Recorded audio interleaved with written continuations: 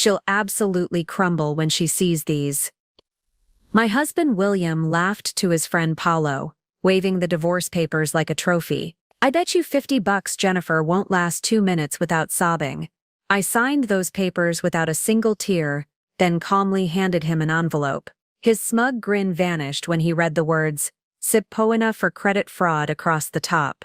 The sound of masculine laughter drifted from William's home office, cutting through the quiet Tuesday evening like glass. Before we jump back in, tell us where you're tuning in from, and if this story touches you, make sure you're subscribed, because tomorrow I've saved something extra special for you. I stood frozen in our marble-tiled hallway, a tray of coffee and his favorite shortbread cookies balanced in my hands, my feet suddenly unable to move forward. Through the crack in the door, I could see him leaning back in his leather chair, phone pressed to his ear, completely unaware that his wife of 8 years was listening to every word. "Trust me, Paulo. This is going to be better than any reality show." William's voice carried that particular tone of cruel amusement I'd grown to recognize over the years. "Jennifer's one of those emotional types, you know. All that lawyer training goes right out the window when it comes to personal stuff." My breath caught in my throat. Lawyer training. The profession I'd sacrificed so much for, the career I'd built from nothing, reduced to a punchline in his conversation with Paulo Strauss, his college fraternity brother, who still acted like they were 22 and invincible. "I'm telling you," William continued, and I could hear the clink of ice against glass as he took another sip of his evening whiskey, "she'll be a complete mess. Crying, begging, probably throwing herself at my feet asking what she did wrong. Women are so predictable when their security gets threatened." The coffee cups rattled slightly on the tray as my hands began to tremble, but not from fear or sadness. Something else was building inside me, something cold and calculating that I hadn't felt in years. Something that reminded me why I'd graduated top of my class at Northwestern Law, why I'd never lost a case in my specialty of financial crimes, and why certain types of men consistently underestimated me to their own detriment. $50 says, "She doesn't last 2 minutes without completely falling apart." Paulo's voice crackled through the speakerphone. "Remember how she cried at your birthday party just because you made that joke about her cooking? That joke." The memory hit me like a physical blow. Standing in our kitchen, surrounded by friends and family, watching William hold up the burnt edges of the anniversary cake I'd spent hours making, declaring to everyone that some people are better with legal briefs than cake briefs. The laughter that followed, the way I'd smiled through it, made some self-deprecating comment, then excused myself to the bathroom where I'd stared at my reflection and wondered when I'd become someone who apologized for existing in her own home. "Deal," William said, and I could picture him extending his hand toward the phone, as if Paulo were sitting right there. "Easiest $50 I'll ever make. I'm serving her the papers tomorrow night, right during dinner. Maximum impact, you know. She'll be all comfortable and domestic, probably talking about some case or planning our weekend, and then boom. Reality check." The tray in my hands suddenly felt impossibly heavy. "Tomorrow night." I looked down at the coffee I'd prepared exactly how he liked it. 2 sugars, a splash of cream, served at precisely the temperature he preferred. The shortbread cookies I'd baked from his mother's recipe, the one she'd grudgingly shared with me during our 3rd year of marriage. The woman who'd told me at our wedding reception that I seemed nice enough, but William needs someone who can keep up with him. I'd spent 8 years keeping up with William Hobbs, 8 years molding myself into whatever version he seemed to prefer at any given moment. The supportive wife who attended his company events and laughed at his colleagues' inappropriate jokes. The successful lawyer who nonetheless deferred to his opinions on everything from restaurant choices to vacation destinations. The woman who'd gradually stopped mentioning her own achievements because they seemed to irritate him, who'd learned to downplay her victories because they somehow made his look smaller. But as I stood there listening to him plan my humiliation like it was dinner theater, something shifted inside me with an almost audible click. The fog that had settled over my thinking sometime during our marriage began to clear. And for the first time in years, I remembered exactly who Jennifer Wilkins had been before she became Mrs. William Hobbs. Jennifer Wilkins, who'd put herself through law school working 3 jobs. Jennifer Wilkins, who'd specialized in financial crimes because she understood that money was power, and power was what separated victims from survivors. Jennifer Wilkins, who'd built a reputation for being thorough, patient, and absolutely merciless when someone tried to manipulate the system for their own gain. "You should probably have tissues ready," Paulo was saying, "and maybe some wine, for after the shock wears off and the bargaining phase begins." "Oh, I've got it all planned out," William replied, and I could hear papers rustling. "I've even prepared a little speech about how this is really what's best for both of us, how we've grown apart, all that gentle letdown stuff. Though honestly, I don't think she'll even hear most of it through the crying." I backed away from the door slowly, carefully, my movements deliberate and silent. Years of tiptoeing around William's moods had taught me how to move through our house like a ghost when necessary. But tonight, for the first time in longer than I cared to calculate, I wasn't trying to avoid confrontation. I was planning for it. In our kitchen, I set the tray down on the granite countertop and stared at it for a long moment. The coffee was getting cold. The cookies would go uneaten. And tomorrow night, William would discover that betting against someone who'd spent her entire career dismantling financial fraud schemes wasn't quite the sure thing he'd imagined. I pulled out my phone and scrolled to a contact I hadn't called in months. Alexa Strauss, Paulo's ex-wife, and more importantly, the forensic accountant who'd helped me with some of my most complex cases. A woman who knew exactly what it felt like to be underestimated by a man who thought intelligence was something he could control or diminish at will. The phone rang twice before her familiar voice answered. "Jennifer? It's been forever. How are you?" I looked toward the hallway where William's laughter was still echoing, then at my reflection in the dark kitchen window. For the first time in years, I smiled with something that felt dangerously close to anticipation. "I'm about to be divorced," I said quietly, "and I think I'm going to need your help with something."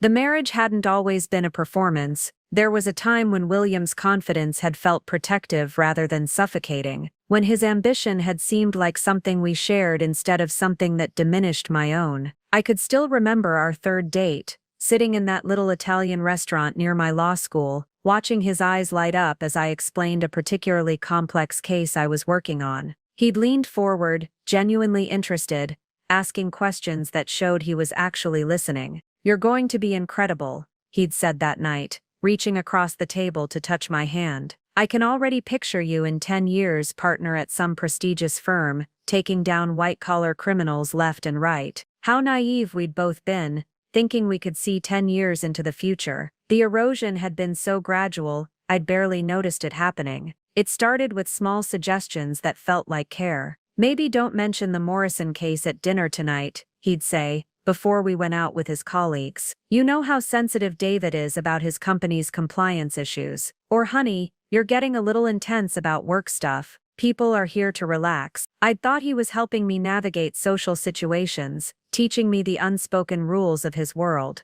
William worked in commercial real estate development, a field where relationships mattered more than expertise, where deals were made over golf games and cocktail parties. His success depended on being likable, charming, the kind of man other men wanted to do business with. My success depended on being right, being thorough, being the kind of lawyer who could trace financial irregularities through maze-like corporate structures and present findings that stood up in federal court. These were not naturally compatible skill sets in social settings, so I'd learned to adapt. I'd started framing my work in softer terms, focusing on the human interest stories rather than the technical details. When asked about my job at dinner parties, I'd smile and say I helped people who'd been taken advantage of, rather than mentioning that I specialized in prosecuting complex fraud schemes that often involved the same types of businessmen sitting around the table. The adaptation had felt like growth at first, like I was becoming more well-rounded, more socially sophisticated. William's friends' wives had welcomed me warmly once I'd learned to participate in conversations about vacation destinations and home renovations, rather than constantly steering discussions toward current events or legal precedents. But somewhere along the way, adaptation had become diminishment. The successful cases I'd won became Jennifer's little victories in William's retelling. The raises and promotions I'd earned became footnotes in conversations dominated by William's latest deals. The expertise I'd spent years developing became something I was expected to downplay in the name of social harmony. Preparing and narrating this story took us a lot of time, so if you are enjoying it, subscribe to our channel. It means a lot to us. Now back to the story. You have to understand, Haley Halt had told me one evening at a company barbecue, her voice carrying that particular tone women use when they're about to deliver advice they think you desperately need. Men like William need to feel like the provider, the success story. It's just how they're wired. Haley was married to Dominic Halt, William's business partner and closest friend. She'd been giving me these little pieces of marital wisdom for years, always delivered with a smile that suggested she was doing me a tremendous favor by sharing the secrets of keeping a successful man happy. I used to be really career-focused too, she'd continued, sipping her wine and watching our husbands flip burgers at the grill. But I realized that supporting Dominic's dreams was just as fulfilling as pursuing my own, maybe even more so, because his success benefits both of us. I'd nodded politely, the way I'd learned to do when Haley shared her philosophy on marriage, but something about that conversation had stayed with me. Later that night, as I'd watched William regale the group with a story about closing a difficult deal, I'd found myself wondering when supporting his dreams had started requiring me to abandon my own.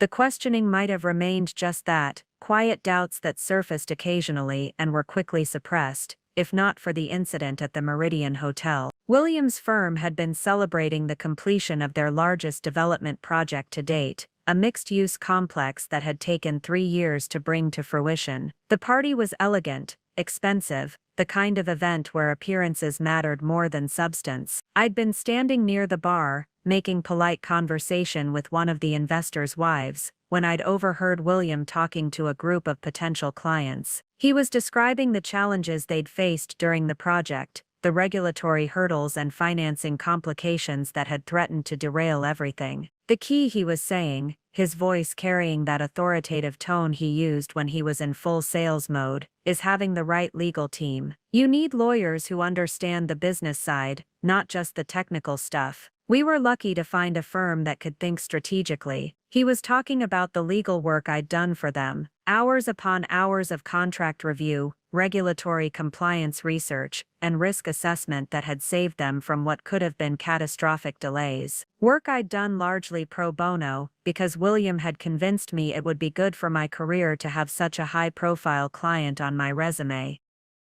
But in his retelling, my contribution had become the right legal team, and a firm that could think strategically, not his wife, not someone whose expertise had been instrumental in their success, but an anonymous service provider who'd been lucky to find. I'd excused myself from the conversation and walked to the restroom, not because I needed to use it, but because I needed a moment to process what I'd just heard. Standing in front of the bathroom mirror, I'd stared at my reflection and tried to understand why his words had hit me like a physical blow. It wasn't just the lack of credit, though that stung.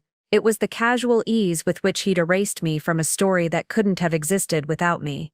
The complete absence of any acknowledgement that his success might be connected to my contribution. The way he'd reduced years of my professional expertise to a lucky coincidence that had benefited his project. When I'd returned to the party, William had been in the middle of another story, this one about a skiing trip he'd taken with clients the previous winter. Paolo was there, laughing at all the right moments, playing the role of appreciative audience. I'd watched them together, and realized that this was William's natural element, being the center of attention, the one whose stories mattered, the one whose achievements were worth celebrating.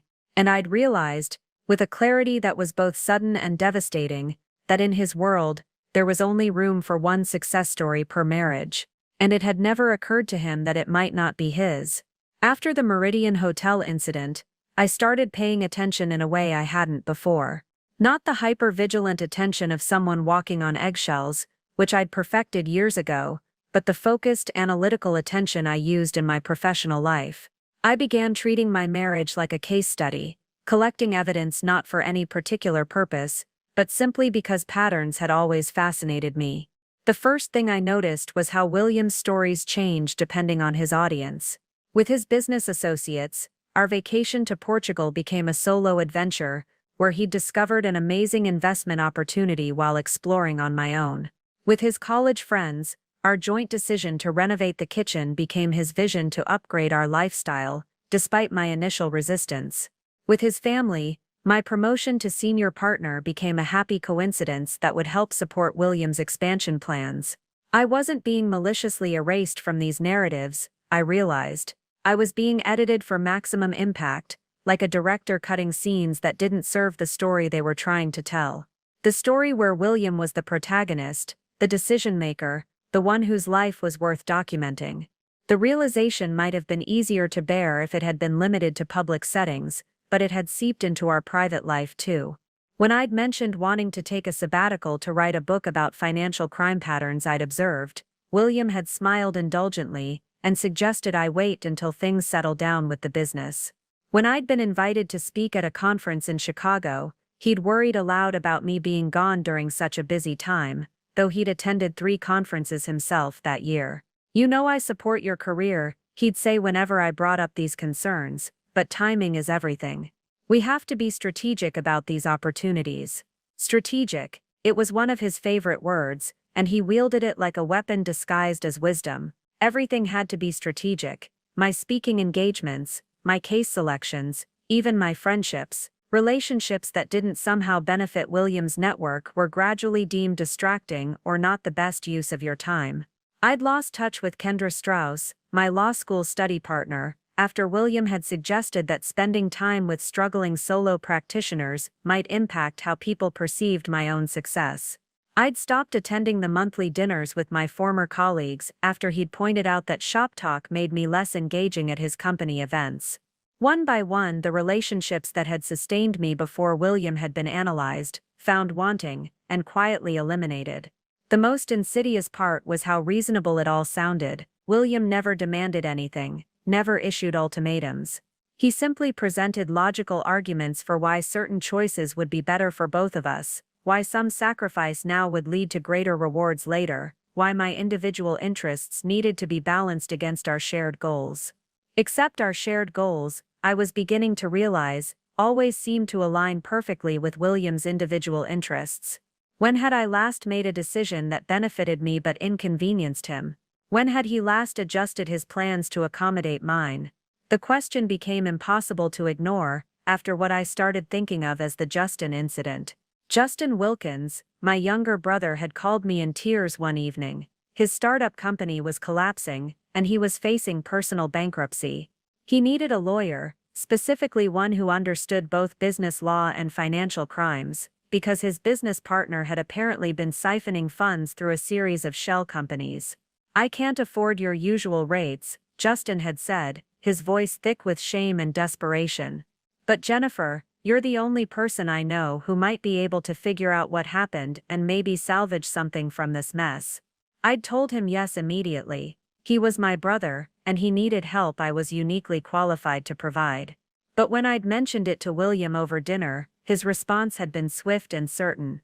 "Absolutely not," he'd said, not looking up from his steak. "You cannot represent your brother in a fraud case. Do you understand how that would look? People already think you only got where you are because of family connections and affirmative action. This would just confirm their worst assumptions." The casual cruelty of the comment had left me speechless. People thought I'd succeeded because of family connections. My family had no connections. My father was a high school math teacher, my mother a librarian. I'd worked my way through law school with scholarships and part-time jobs, graduated with honors, and built my reputation case by case over nearly a decade. "What people?" I'd asked, my voice carefully controlled. William had finally looked up, seeming genuinely surprised by the question. "People in our circle, colleagues, clients, the people who matter for your career. Come on, Jennifer. You know how this works. Perception is reality in our world. My brother could lose everything. Your brother should have been more careful about who he went into business with. This isn't your responsibility to fix, but it was, wasn't it? When someone you love is drowning and you know how to swim, you don't stand on the shore calculating the reputational risks of getting wet. You jump in."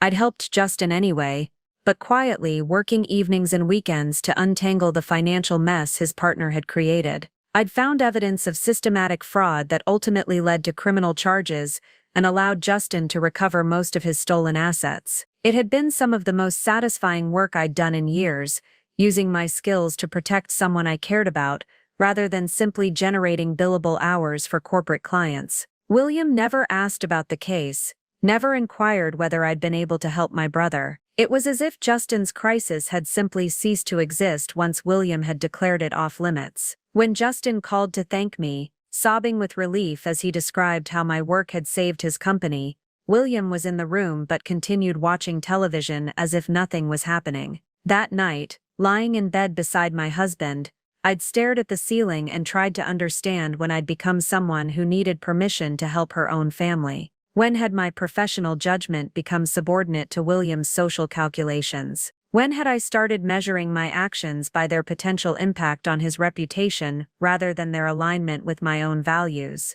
The questions might have remained theoretical, if not for the confrontation with Alexa Strauss 3 weeks later. Alexa and I had been collaborating on a case involving real estate investment fraud, and she'd asked to meet for coffee to discuss some irregularities she'd discovered in the financial documents. We'd chosen a quiet cafe near my office, settling into a corner booth with our laptops and several thick folders of evidence. Alexa was brilliant at her job, the kind of forensic accountant who could trace money through the most convoluted schemes and present her findings in ways that made complex fraud cases understandable to juries. "I need to ask you something," she'd said after we'd finished reviewing the case files. "And I want you to know I'm asking as a friend, not as a professional colleague." Something in her tone had made me look up from my notes. Alexa's expression was serious, almost troubled. "Have you ever looked at William's business finances? I mean, really looked at them, the way you'd examine documents in a case?" The question had caught me completely off guard. Why would I? "We keep our business finances separate, and I trust Jennifer." Alexa's voice was gentle but firm. "I've been doing this work for 15 I know what normal business practices look like, and I know what doesn't add up. Some things about William's company have been bothering me for a while now." I'd felt a chill that had nothing to do with the air conditioning. What kind of things? Alexa had pulled out a manila folder, the kind I'd seen countless times in fraud investigations. The kind that usually contained evidence that would destroy someone's life. "I probably shouldn't be showing you this," she'd said, her fingers hesitating on the folder's edge. "But Paulo asked me to look into some irregularities in a joint investment he made with William's company. What I found," she'd trailed off, then opened the folder with the decisive movement of someone who'd made up her mind. The documents inside looked innocuous at first glance: bank statements, wire transfer records, incorporation papers for various LLCs. But as Alexa walked me through what she'd discovered, a pattern emerged that made my stomach drop.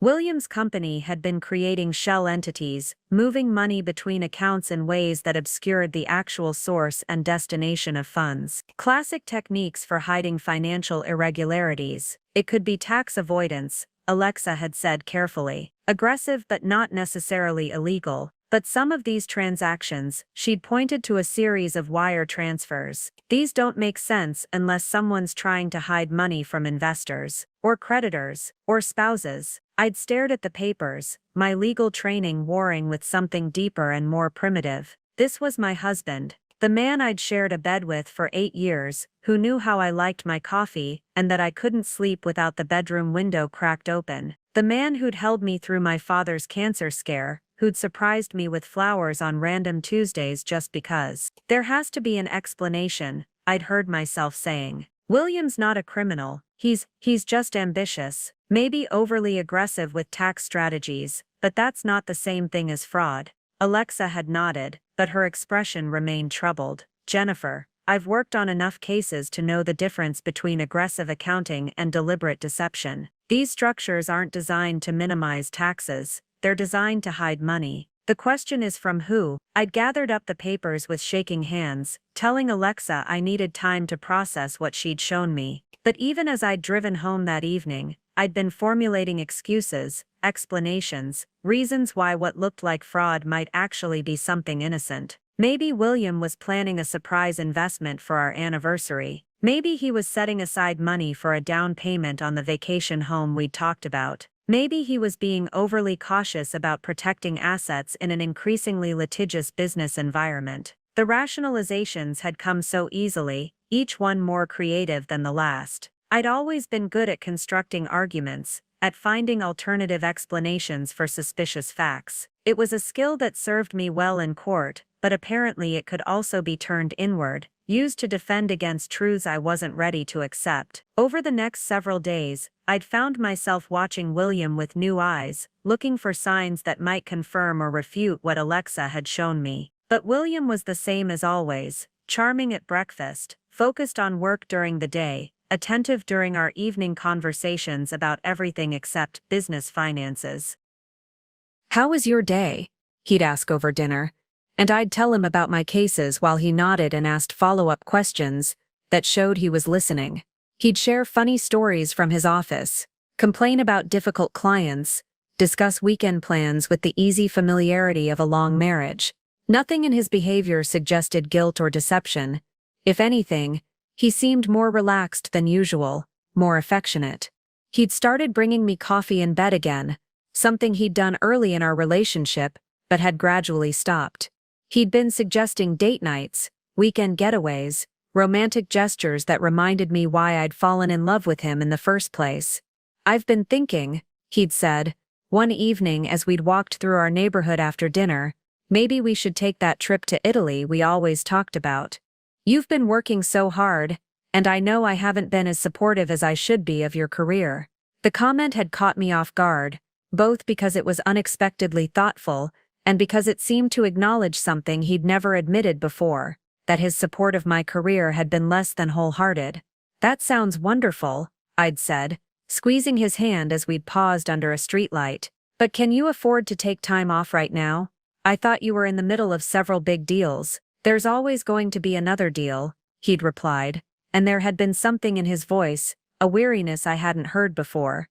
"I don't want to wake up one day and realize I've missed out on the important things because I was too focused on making money." Standing there in the soft glow of the streetlight, holding hands with my husband, while he talked about prioritizing our relationship over his business ambitions, it had been easy to dismiss Alexa's concerns as paranoid speculation. William wasn't some calculating criminal hiding assets from his wife. He was a man who'd gotten caught up in the competitive pressures of his industry, and was now making an effort to reconnect with what really mattered. I'd almost convinced myself that Alexa had misinterpreted what she'd seen, that there were innocent explanations for the financial structures that had concerned her. William's business operated in a complex regulatory environment where creative accounting wasn't unusual. Maybe he'd simply been more aggressive than most in structuring his investments for maximum tax efficiency. The rationalization had lasted until I'd gotten home from work 3 days later, to find William on the phone in his study,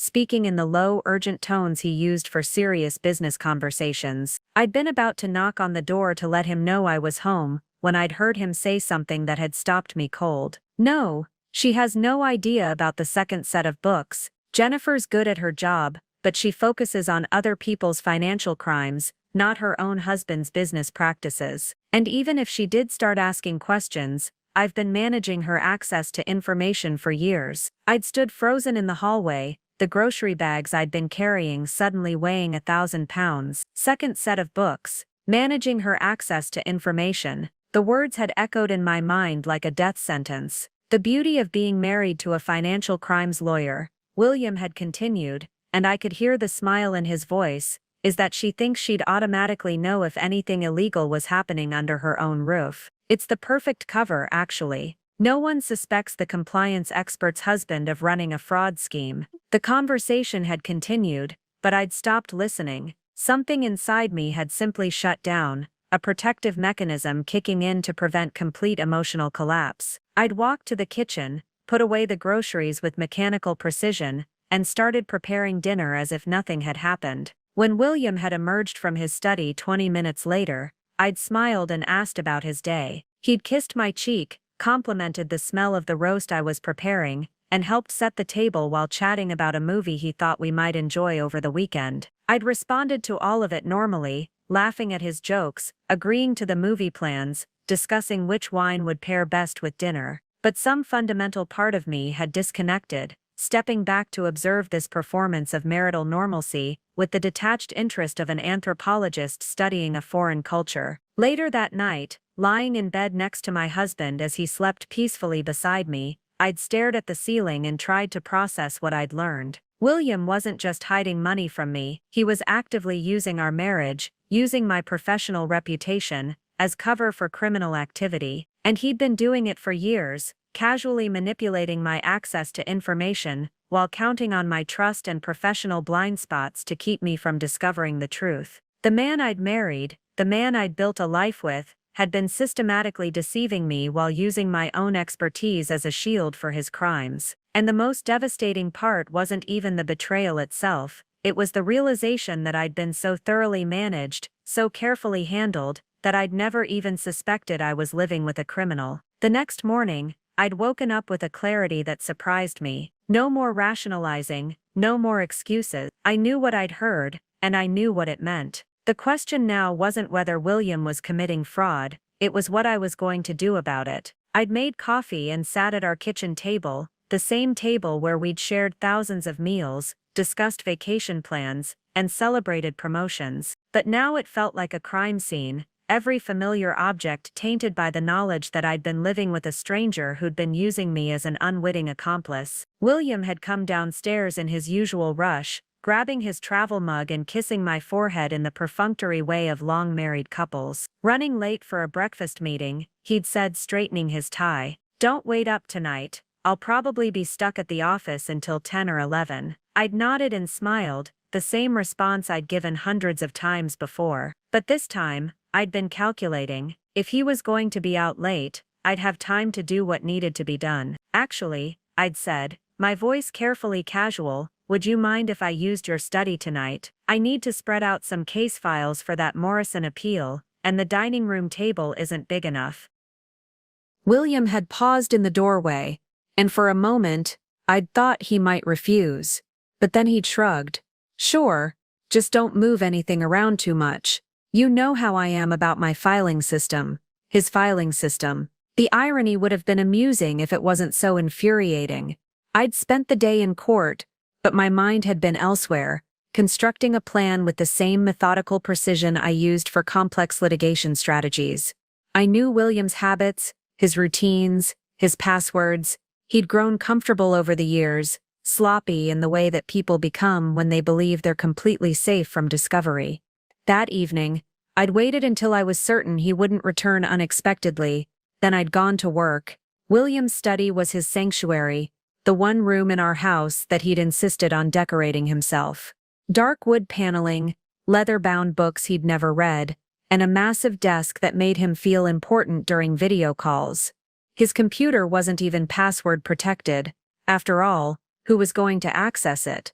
His trusting wife, who focused on other people's financial crimes and would never think to investigate her own husband.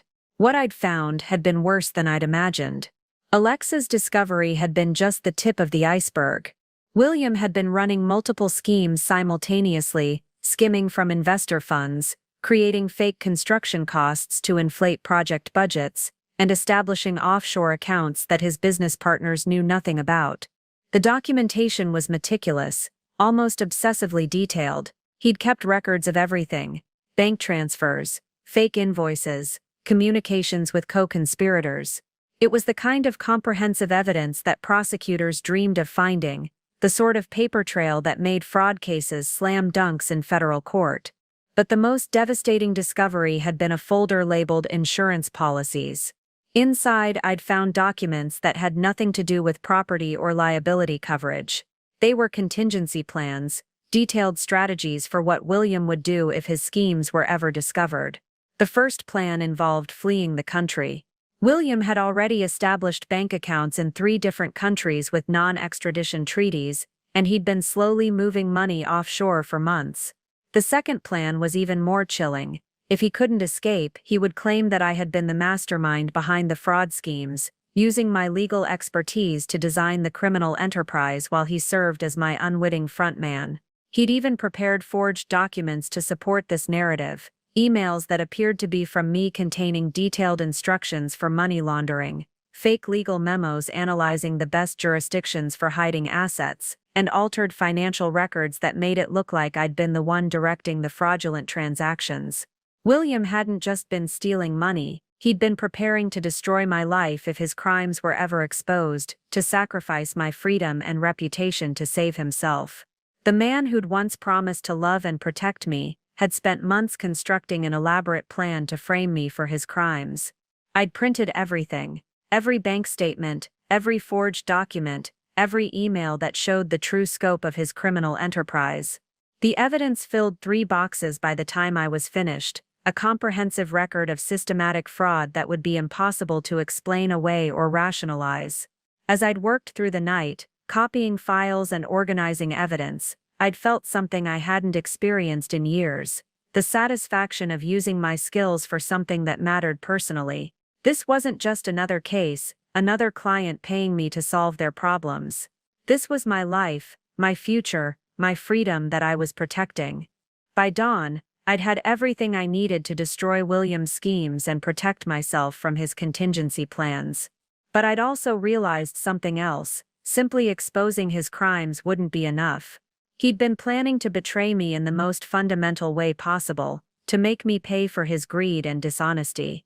Justice required more than just stopping him, it required making sure he understood exactly what it felt like to be completely outmaneuvered by someone he'd underestimated. I'd made copies of everything, and stored them in 3 different locations: my office safe, a safety deposit box, and with Alexa, who'd agreed to serve as my insurance policy. Then I'd called in sick, claiming I needed a mental health day, which wasn't entirely untrue. Instead of going to court, I'd driven to the federal prosecutor's office and requested a meeting with the Financial Crimes Unit. The prosecutor I'd met with, a sharp woman named Kendra Hobbs, had listened to my story with growing amazement. "You're telling me," she'd said, reviewing the evidence I'd brought, "that your husband has been running a multi-million-dollar fraud scheme while married to one of the city's most prominent financial crimes lawyers. And he's been preparing to frame me for his crimes if he gets caught," I'd added, showing her the forged documents. "He's planned to use my professional reputation as both cover for his schemes and as a weapon against me if necessary." Kendra had shaken her head in disbelief. "This is some next-level arrogance. Does he have any idea that you know?" "None whatsoever," I'd replied. "As far as he's concerned, I'm still the naive wife who trusts him completely." Kendra had smiled then, the predatory grin of a prosecutor who'd just been handed a perfect case. "How would you feel about helping us build an airtight case against him? With your cooperation, we could probably get him on RICO charges, maybe even conspiracy to commit wire fraud. We're talking serious federal time." I'd agreed immediately. But I'd also made one request: I wanted to be the one to serve him the subpoena. Kendra had raised an eyebrow at that, but when I'd explained about the bet, about William's plan to humiliate me with divorce papers, her grin had widened. "I think we can arrange that," she'd said. Working with federal prosecutors felt like stepping into a parallel universe, where my skills were not just valued but essential. For the first time in years, I wasn't being asked to minimize my expertise or soften my approach. Kendra and her team wanted everything I could give them: my knowledge of financial crime patterns, my ability to analyze complex corporate structures, my understanding of how sophisticated fraudsters covered their tracks. "We've been watching some irregularities in real estate development circles for months," Kendra had explained during our second meeting. "But we couldn't piece together the full scope until you brought us this evidence. Your husband's schemes connect to at least 3 other cases we're building." The realization that William was part of a larger criminal network had been both shocking and oddly satisfying. He'd always presented himself as a maverick, a brilliant entrepreneur who succeeded through individual talent and innovation. The truth was that he was just another cog in a machine, designed to steal from investors and manipulate financial markets. Over the following weeks, I'd become an unofficial consultant on the case while maintaining the facade of the oblivious wife at home. The dual existence was exhausting, but also exhilarating. During the day, I'd sit in FBI conference rooms, helping agents understand the significance of various documents and explaining how different schemes interconnected. In the evenings, I'd go home and make dinner for the man whose criminal empire I was systematically dismantling. The most disturbing part wasn't William's criminal activities themselves. I'd prosecuted enough fraud cases to understand that people could rationalize almost any behavior if the financial incentives were large enough. What haunted me was the elaborate psychological manipulation he'd been employing to keep me compliant and unaware. "He's been gaslighting you for years," Dr. Haley Wilkins, the FBI's behavioral analyst, had told me after reviewing transcripts of some of my recorded conversations with William. "This isn't just about hiding criminal activity. He's been systematically undermining your confidence and isolating you from support networks to ensure you wouldn't be capable of challenging him even if you discovered what he was doing." The term gaslighting had become popular in recent years, but I'd always dismissed it as psychological jargon that didn't apply to sophisticated, educated people like myself.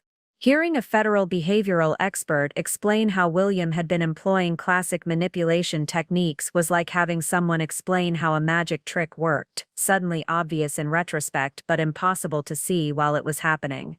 Every suggestion that I toned down my legal expertise at social gatherings hadn't been about helping me fit in better. It had been about ensuring that other lawyers and law enforcement professionals wouldn't see me as someone capable of detecting financial crimes. Every discouraged friendship with former colleagues hadn't been about optimizing our social calendar. It had been about eliminating relationships that might have provided alternative perspectives on William's behavior. The most sophisticated abusers, Dr. Wilkins had continued, are often highly intelligent individuals who understand that physical violence or obvious emotional abuse will drive their victims away. Instead, they use subtle psychological techniques to make their victims doubt their own judgment and abilities. I'd started keeping a journal during this period, not of evidence for the case that was being handled through official channels, but of my own thoughts and feelings as I began to understand the full scope of what had been done to me. The entries made for disturbing reading. Day 12. Realized today that I haven't made a major decision without consulting William in over 3 years. Not career decisions, not financial decisions, not even which movie to watch. When did I become someone who needs permission to exist? Day 18. Had lunch with my law school friend Jessica today, first time in 2 years. She mentioned that she'd tried to invite me to several events that I never responded to. I have no memory of receiving those invitations. Found them later in my email, marked as read. I didn't mark them as read. Day 23. Started paying attention to how William responds when I mention work victories. He has this pattern of asking a follow-up question that requires me to explain some basic legal concept, as if I need to prove I understand my own job.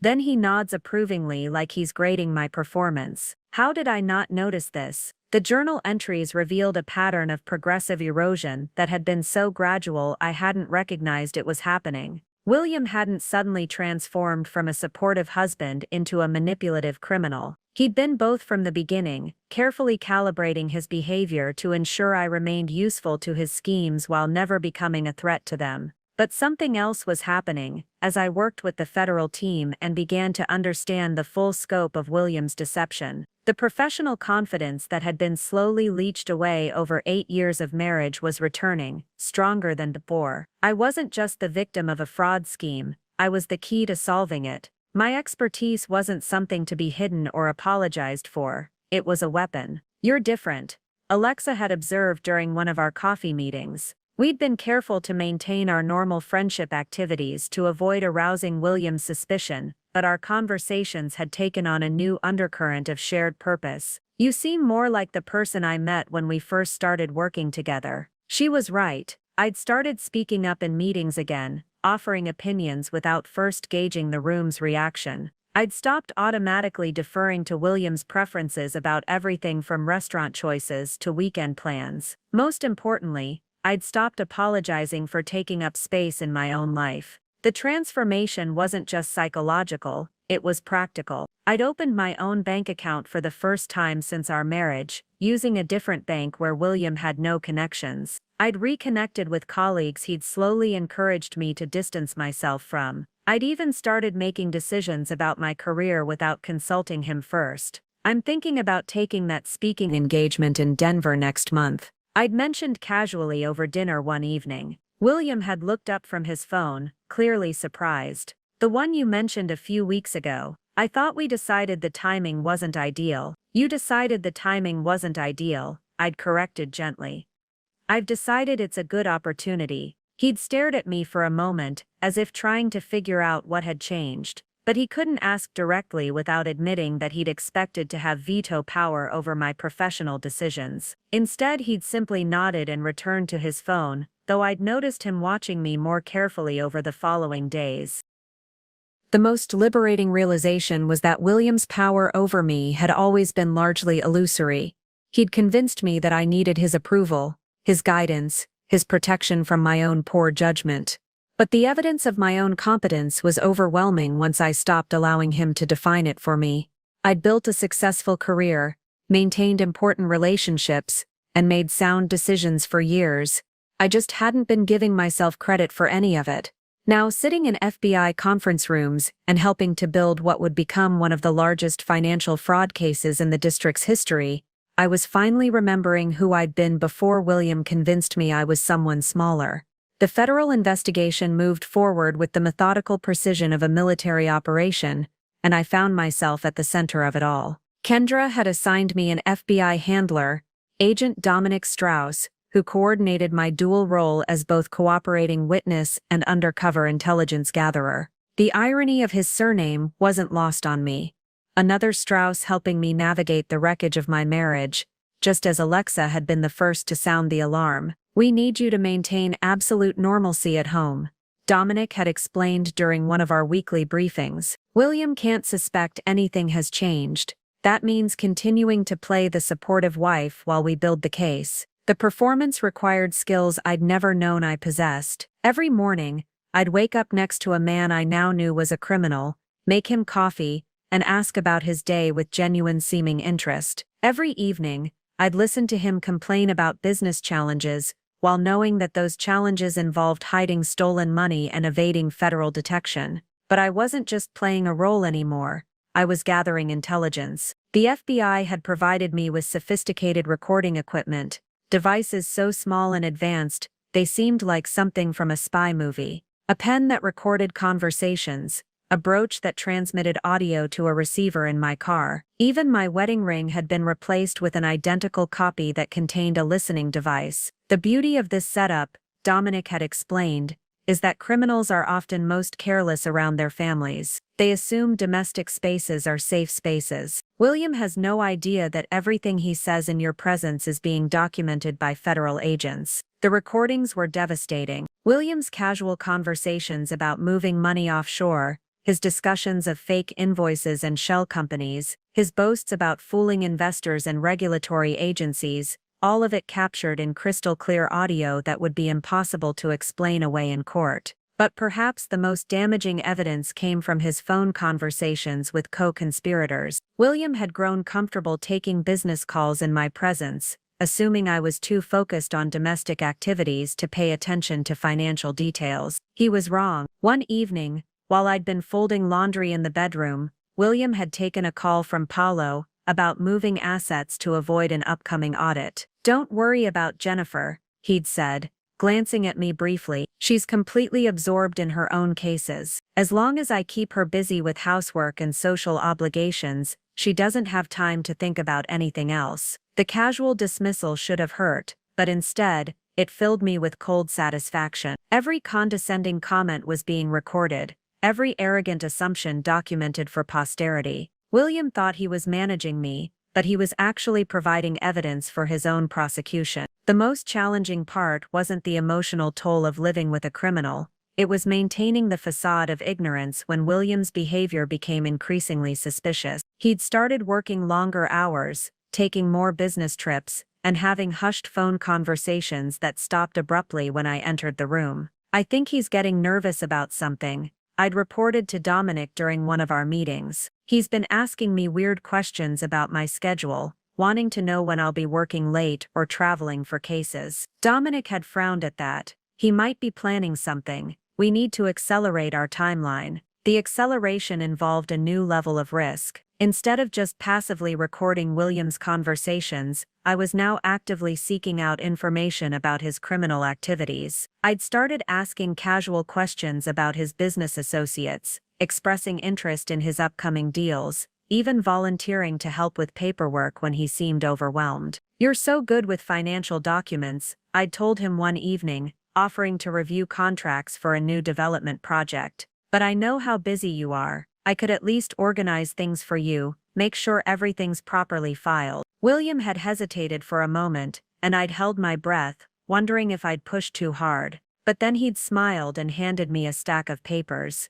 "You know what? That would actually be helpful. Just basic organization stuff. I'll handle the technical details myself." The basic organization stuff included copies of fraudulent loan applications, fake financial statements, and correspondence with offshore banking facilitators. Every document I organized was photographed and transmitted to the FBI within hours. I'd also begun documenting William's personal habits and routines, information that would be crucial when the time came to arrest him. I knew when he was most likely to be at home versus at the office, which devices he used for different types of communication, and where he kept various financial documents. But the most valuable intelligence came from his preparations for what he clearly saw as an inevitable escape. William had been making increasingly frequent trips to our safety deposit box, claiming he was organizing important documents. Following one of these trips, I'd checked our box and discovered that several items were missing, specifically backup copies of financial records that could have implicated him in additional crimes. "He's destroying evidence," I'd reported to Kendra, "and I think he's also liquidating assets. There have been some large transfers from our joint accounts that he's explained as investment rebalancing, but the timing is suspicious." Kendra had nodded grimly. "Classic flight preparation. He's getting ready to run." The realization that William was planning to abandon our marriage and flee the country should have been devastating. Instead, it filled me with a sense of grim vindication. He'd never had any intention of honoring the vows he'd made, the promises of partnership and mutual support that had formed the foundation of our relationship. But there was one aspect of his escape planning that truly enraged me: the discovery that he'd been systematically transferring money from accounts I'd thought were jointly owned into offshore accounts controlled entirely by him. Money I'd contributed from my own earnings, funds we'd supposedly been saving for our future together, had been stolen and hidden where I'd never be able to recover them. "We can help you get that money back," Kendra had assured me when I'd shown her the evidence of the unauthorized transfers. "Financial restitution is always part of our plea negotiations. But first, we need to make sure he doesn't have time to move any more assets offshore." That conversation had led to the final phase of the investigation, the decision to move forward with charges immediately, rather than waiting to gather additional evidence. William's flight preparations meant that any delay could result in his escape and the loss of millions in stolen funds. "We're ready to make arrests," Kendra had told me during our last planning meeting. "The question is, are you ready for this to be over?" I'd thought about that question for a long moment, sitting in the sterile FBI conference room, surrounded by boxes of evidence documenting my husband's crimes and my own transformation from victim to key witness. Ready for it to be over? I was ready for it to begin. The woman who'd been slowly diminished over 8 years of marriage was gone, replaced by someone who understood exactly how powerful she'd always been. William had made the mistake of betting against me, assuming I'd collapse under pressure. He was about to learn how wrong he'd been. The final weeks before the operation required a level of strategic coordination that would have impressed even the most seasoned financial crimes prosecutor. Kendra and her team had assembled what she called a bulletproof case, enough evidence to ensure William would face serious federal time regardless of how skilled his defense attorneys might be. The beauty of financial crimes, Kendra had explained during one of our final strategy sessions, is that the evidence is all on paper. You can't claim emotional distress or temporary insanity when there are years of deliberate documented fraud. Every forged document, every fake invoice, every illegal wire transfer, it's all evidence of premeditation. But building a bulletproof case wasn't enough. We also needed to ensure that William couldn't escape, couldn't destroy additional evidence, and couldn't harm me either physically or financially before the arrests took place. That required contingency planning that felt like something out of a thriller novel. We've identified 17 different offshore accounts that William controls, Agent Dominic had reported. But there are probably more we haven't found yet. The moment he realizes he's under investigation, he'll start liquidating everything and transferring it to jurisdictions we can't touch. To prevent this, the FBI had been working with international banking authorities to place holds on suspicious accounts. It was delicate work. Too much scrutiny would alert William's banking contacts that law enforcement was involved, but too little would allow him to escape with millions in stolen funds. I'd also been working with a separate team of attorneys to protect my own interests. While Kendra focused on the criminal case, I needed legal representation for the inevitable divorce proceedings and civil litigation that would follow William's arrest. Your husband has been using your professional reputation as cover for criminal activity, my divorce attorney Justin Halt had explained. That makes you both a victim and potentially a target for retaliation. We need to move fast to protect your assets and your career. The complexity was staggering: criminal charges, civil asset forfeiture, divorce proceedings, professional ethics investigations, media management. Every aspect of my life would be scrutinized once the story became public. The woman who'd been excluded from major decisions in her own marriage now had to coordinate multiple legal teams and make choices that would determine her entire future. But I wasn't making these decisions alone anymore. Dr. Haley Wilkins had recommended a support network that included not just legal professionals, but also specialists in psychological recovery from long-term manipulation. For the first time in years, I was surrounded by people whose job was to advocate for my interests, rather than manage or diminish them. You've been isolated for so long, my therapist, Dr. Alexa Hobbs, had observed,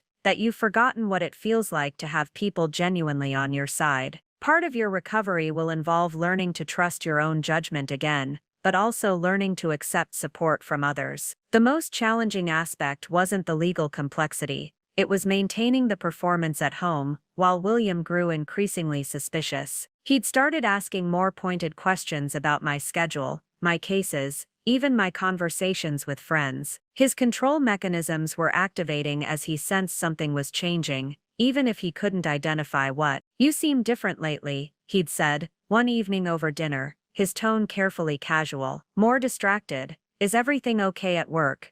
"Just the Morrison appeal," I'd replied smoothly, a response I'd rehearsed with Dominic. "You know how complex financial crime cases can get. Sometimes I feel like I'm drowning in evidence."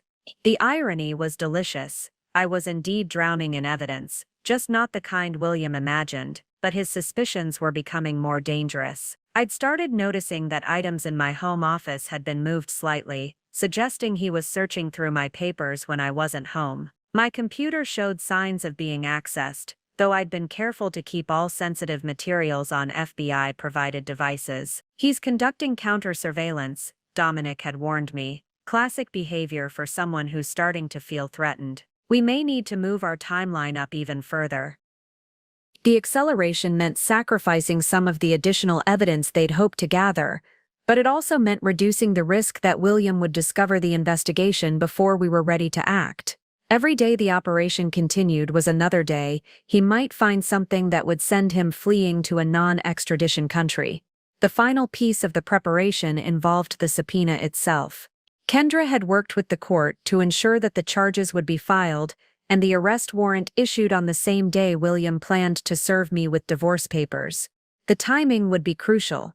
We needed William to be focused on his own performance, his own sense of triumph, so he wouldn't notice the federal agents positioning themselves around our house. "The subpoena will be for criminal conspiracy, wire fraud, money laundering, and racketeering," Kendra had explained. "But we're also including charges related to the forged documents he created to frame you. That makes this personal retaliation in addition to financial crime." I'd requested one additional element that Kendra had initially resisted.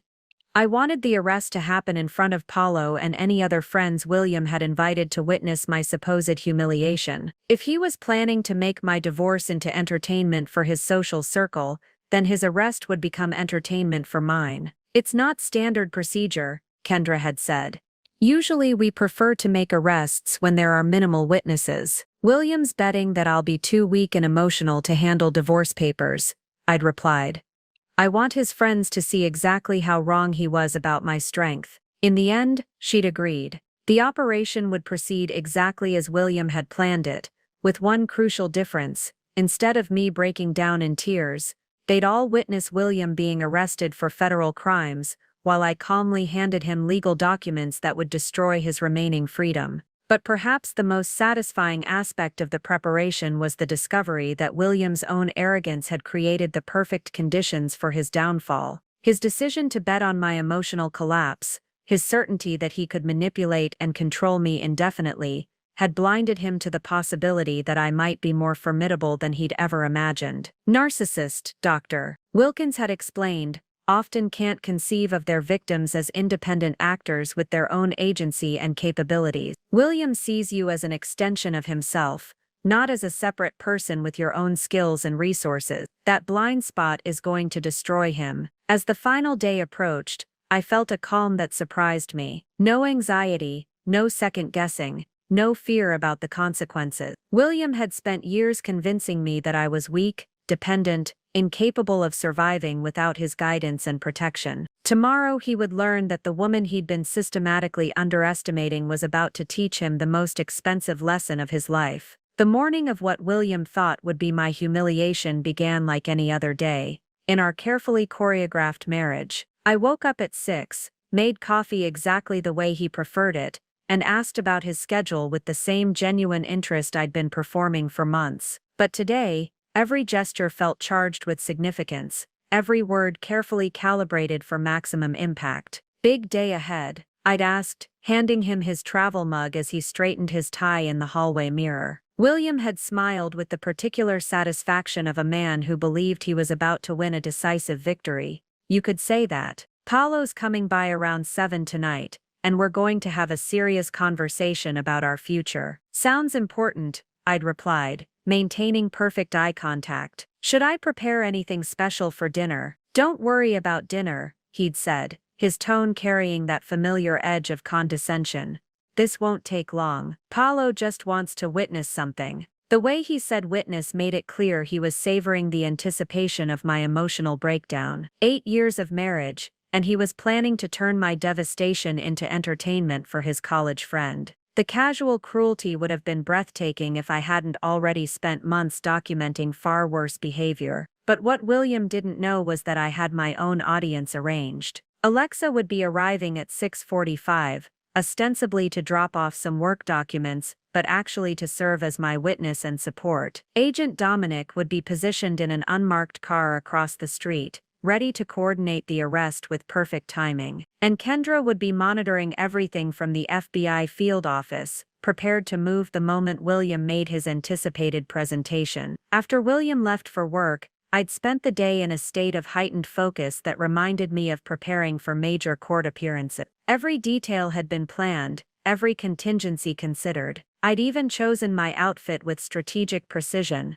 a navy blue dress that projected competence and authority, paired with the pearl necklace my grandmother had left me. I wanted to look like exactly what I was, a formidable woman who'd never been as vulnerable as her husband imagined. At 5 o'clock I'd received the final confirmation text from Kendra, all systems go. Federal agents in position, you're incredible. The message had filled me with a surge of confidence unlike anything I'd felt in years. Not the borrowed confidence that came from William's approval, but something deeper and more sustainable, the knowledge that I was finally acting in complete alignment with my own values and capabilities. At 6:30, I'd set the dining room table with our best china, not because William deserved it, but because I wanted the setting to reflect the magnitude of what was about to happen. Crystal glasses that caught the evening light, silver candlesticks that had been wedding gifts, the linen tablecloth we'd only used for special occasions. If this was going to be a performance, it would be a memorable one. Alexa had arrived precisely on time, carrying a briefcase that contained legal documents but also, more importantly, serving as visible proof that I had professional allies William hadn't managed to isolate me from. She'd hugged me warmly, and for a moment the weight of what I'd been carrying alone for months had lifted slightly. "You ready for this?" she'd asked quietly. "I've been ready for longer than I realized," I'd replied, and meant it completely. At exactly 7 o'clock, William had arrived home with Paulo in tow. I could hear them in the driveway, their laughter carrying through the evening air with the easy confidence of men who believed they were about to witness something amusing. Paulo had brought a bottle of expensive champagne, apparently planning to celebrate my emotional collapse. They'd entered through the front door like conquering heroes, William's hand on Paulo's shoulder as he guided his friend into what he clearly saw as his domain. I'd watched from the kitchen doorway as they'd settled into the living room, William gesturing broadly as he explained the evening's entertainment. "She has no idea what's coming," William had said, his voice carrying that particular tone of smug anticipation. 8 years of marriage, and she still thinks I need her approval for major decisions. Paulo had laughed and opened the champagne, the cork popping with festive enthusiasm. "I still can't believe you're going through with this. Most guys would have done this privately, maybe with lawyers present. Where's the fun in that?" William had replied. "Jennifer's spent our entire marriage thinking she's so smart, so professionally competent. I want her to understand exactly how naive she's been." I'd listened to this exchange from the kitchen, my hands steady as I arranged appetizers on a silver tray. Every word was being recorded by the device in my brooch, creating a permanent record of his callousness for the federal prosecutors, who would soon be presenting his case to a grand jury. But more importantly, their conversation was revealing the depth of William's miscalculation. He genuinely believed that professional competence and personal vulnerability were the same thing, that my trust in our marriage had been evidence of general naivety rather than specific faith in someone I'd thought deserved it. At 7:15, I'd entered the living room carrying the appetizer tray, smiling warmly at both men as they'd toasted what they thought would be my imminent humiliation. Paulo had stood to greet me, his expression carrying just a hint of discomfort at being involved in what was obviously going to be a cruel spectacle. "Jennifer, you look lovely tonight," he'd said, accepting a glass of wine with the awkward courtesy of someone who wasn't entirely comfortable with his role in the evening's drama. "Thank you, Paulo. It's always nice when William's friends join us for dinner." I'd glanced at my husband, who was practically vibrating with anticipation. Though William mentioned this wasn't exactly a social call, William had exchanged a meaningful look with Paulo, then set down his champagne glass and reached into his jacket pocket. "Actually, Jennifer, there's something we need to discuss, something important." I'd settled into the armchair across from them, folding my hands in my lap with the composed attention of someone prepared to receive significant news. "I'm listening," and I was. But not in the way William imagined. I was listening for the sound of car doors closing in our driveway, for the subtle signals that would indicate federal agents were moving into position around our house. I was listening for the moment when William's confident performance would transform into the beginning of his complete destruction. "This isn't easy to say," William had begun, pulling out an envelope with the theatrical timing of someone who'd rehearsed this moment. "But Paulo and I think it's time we were honest about where our marriage stands." I maintained perfect composure as William held the envelope like a weapon, his eyes gleaming with anticipation. Paulo shifted uncomfortably in his seat, clearly beginning to realize that his role in this evening was less friend and more audience to what was essentially psychological torture. But I wasn't the victim they expected me to be. I was a federal cooperating witness gathering final evidence against a criminal enterprise. "Jennifer," William continued, his voice taking on the patronizing tone I'd learned to recognize as his preparation for delivering what he considered devastating news, "you've always been so focused on your career, so absorbed in your cases, that I'm not sure you've noticed how much we've grown apart." I nodded thoughtfully, as if genuinely considering his words. "That's an interesting observation, William. Can you give me some specific examples?" The question caught him off guard. He'd clearly expected tears or denials, not a request for detailed analysis. Paulo raised an eyebrow, apparently surprised by my clinical response to what was obviously meant to be an emotional ambush. "Well," William fumbled for a moment, then recovered his momentum, "it's more about what you haven't noticed. The distance between us, the way our goals have become incompatible, the fact that we want different things from life." "What is it that you want from life, William?" I asked, genuinely curious to hear how he would frame his criminal activities and planned betrayal in the language of personal growth and marital incompatibility. He leaned forward, warming to his theme, "I want freedom, Jennifer. Freedom to make decisions without having to constantly consider someone else's limitations. Freedom to pursue opportunities without being held back by someone who doesn't understand the bigger picture." The irony was stunning. The man who'd spent 8 years systematically limiting my freedom, controlling my choices, and undermining my confidence, was now claiming that I was the one holding him back. But more importantly, he was describing his criminal activities as opportunities and his victims' rights as limitations, language that would be devastating in a federal courtroom. "That sounds reasonable," I said calmly. "What kind of opportunities are you thinking about?" William's eyes lit up with the enthusiasm of someone who thought he was finally being understood. "International ventures, for instance. There are amazing opportunities in countries where American business regulations don't apply. Places where someone with vision can really build something significant." Paolo looked alarmed at this direction in the conversation. "William, maybe we should—" "No, it's fine," William interrupted, his hand waving dismissively. "Jennifer needs to understand that some of us think beyond the narrow confines of domestic law practice. There's a whole world of financial opportunities that people like her just can't grasp." I nodded encouragingly. "It sounds like you've given this a lot of thought. Have you been exploring these international opportunities already?" "Extensively," William said with obvious pride. "I've been building relationships, establishing infrastructure, creating the foundation for something much bigger than anything we could achieve here." This was more detailed confession than I'd dared hope for. William was essentially admitting to preparing international financial structures for criminal purposes, describing his money laundering apparatus as legitimate business development. Every word was being recorded and would be transcribed for federal prosecutors within hours. "That's impressive planning," I said. "How long have you been working on this?" "Years," William replied, his chest swelling with the satisfaction of someone who thought his strategic thinking was finally being appreciated. "I started laying the groundwork almost from the beginning of our marriage. It takes time to build the kind of international network that can handle serious money." Paolo had gone pale. He was clearly realizing that William was describing criminal activity in detail, in front of a witness, while being far too specific about timelines and amounts. But William was too caught up in his own brilliance to notice his friend's discomfort. "The beauty of it," William continued, "is that everything appears completely legitimate to anyone who doesn't understand how international finance really works. Jennifer, for instance, could look at the paperwork and never realize what she was seeing." I felt a chill that had nothing to do with the evening temperature. He was explicitly stating that he'd been running criminal schemes designed to evade detection by someone with my professional expertise.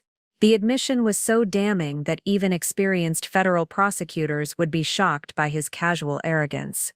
"You're right," I said quietly. "I probably wouldn't recognize sophisticated international financial structures. Can you give me an example of how something like that might work?" And incredibly, he did. For the next 20 minutes, William provided a detailed tutorial on money laundering techniques, offshore banking strategies, and methods for hiding assets from both regulatory agencies and spouses. He described specific transactions, named foreign banking contacts, and even showed me documents on his phone that illustrated how funds could be moved through shell companies to avoid detection. Paolo tried multiple times to redirect the conversation, but William was too intoxicated by the opportunity to demonstrate his criminal genius to someone he assumed would never understand its implications. He was like a magician explaining his tricks to someone he believed was too simple to comprehend the methodology. "The key," he explained, pulling up what appeared to be a banking app on his phone, "is creating enough layers that investigators can't trace the original source. See this account? It's technically owned by a Cayman Islands corporation, which is owned by a Swiss trust, which is controlled by a Panamanian company that I manage through a consulting agreement." I studied the screen with the appropriate expression of confused admiration while mentally cataloging every detail for my debriefing with federal agents. William was showing me evidence that would probably add years to his eventual sentence, completely unaware that he was sealing his own fate. That seems incredibly complex, I said. You must have needed professional help to set up something that sophisticated. Oh, I had help, William laughed. But the professionals don't always understand the creative applications of their services. They think they're helping with tax planning when they're actually building something much more versatile. He was admitting to deceiving his own attorneys and accountants, using their legitimate services as cover for criminal activity. The recording would not only damn William, but potentially implicate other members of his network who might have been knowingly involved in the schemes.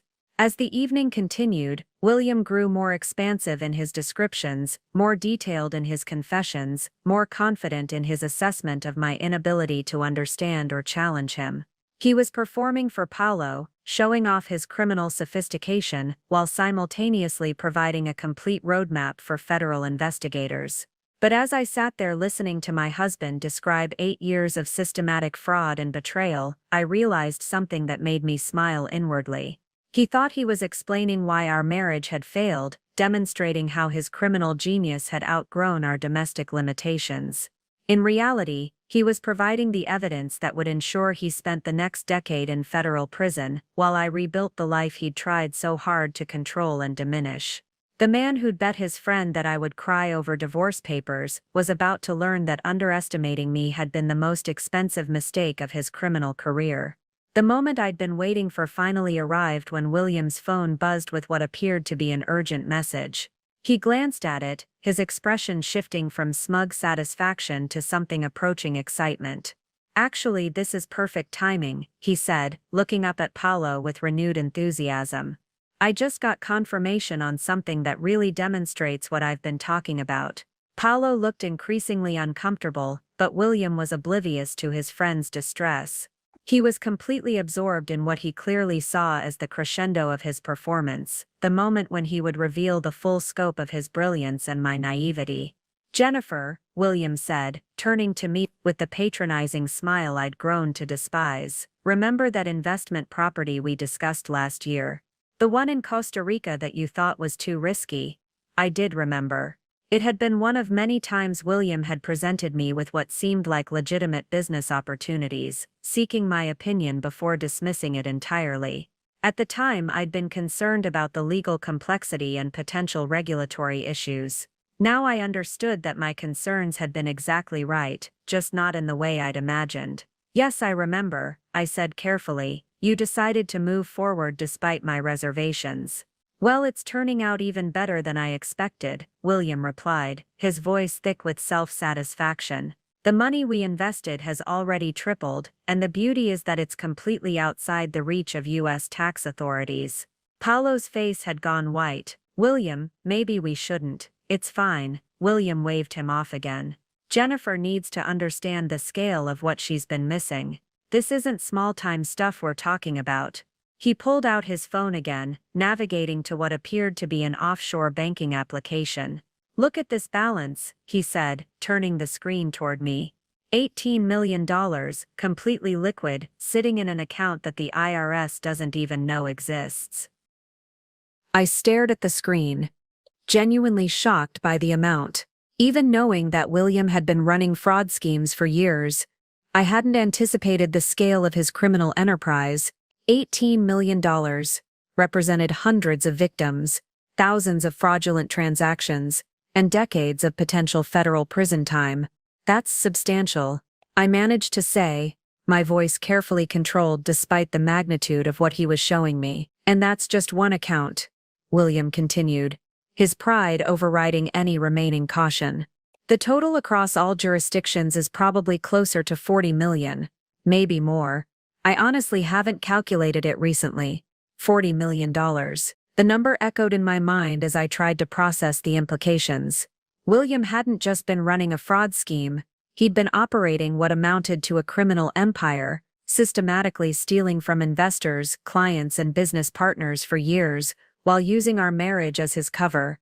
"The best part," William continued, apparently interpreting my stunned silence as admiration, "is how easily it all flows through the system. Money goes in as legitimate business investments, gets processed through various intermediaries, and comes out completely clean on the other side. He was describing a sophisticated money laundering operation, providing details that would allow federal investigators to trace the flow of stolen funds through multiple jurisdictions. Every word was being recorded, creating evidence that would be invaluable for international law enforcement cooperation. "How do you keep track of it all?" I asked, genuinely curious about the logistics of managing such a complex criminal operation. William laughed, clearly delighted by the question. "That's where technology becomes your friend.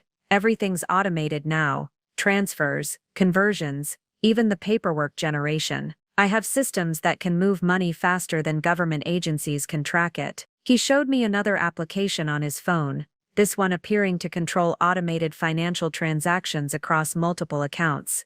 "See this? I can initiate transfers of millions of dollars with just a few taps. By the time any regulatory agency notices the movement, the money's already been converted and redistributed through 6 different countries." The casual way he described evading international law enforcement was breathtaking. William wasn't just committing fraud, he was actively working to undermine the global financial system's security measures, apparently viewing regulatory agencies as obstacles to be defeated rather than legitimate protections for innocent investors. "Of course," he continued, his tone becoming more serious, "the key to all of this is making sure that no one in your immediate circle understands what they're looking at. That's why having a wife who focuses on domestic financial crimes has been so perfect. You look at international transactions and just see legitimate business activity." There it was, the explicit admission that he'd been using my professional reputation and our marriage as cover for his criminal activities. He wasn't just stealing money, he was deliberately exploiting my credibility to legitimize his schemes in the eyes of potential victims and business partners. "It's brilliant, really,"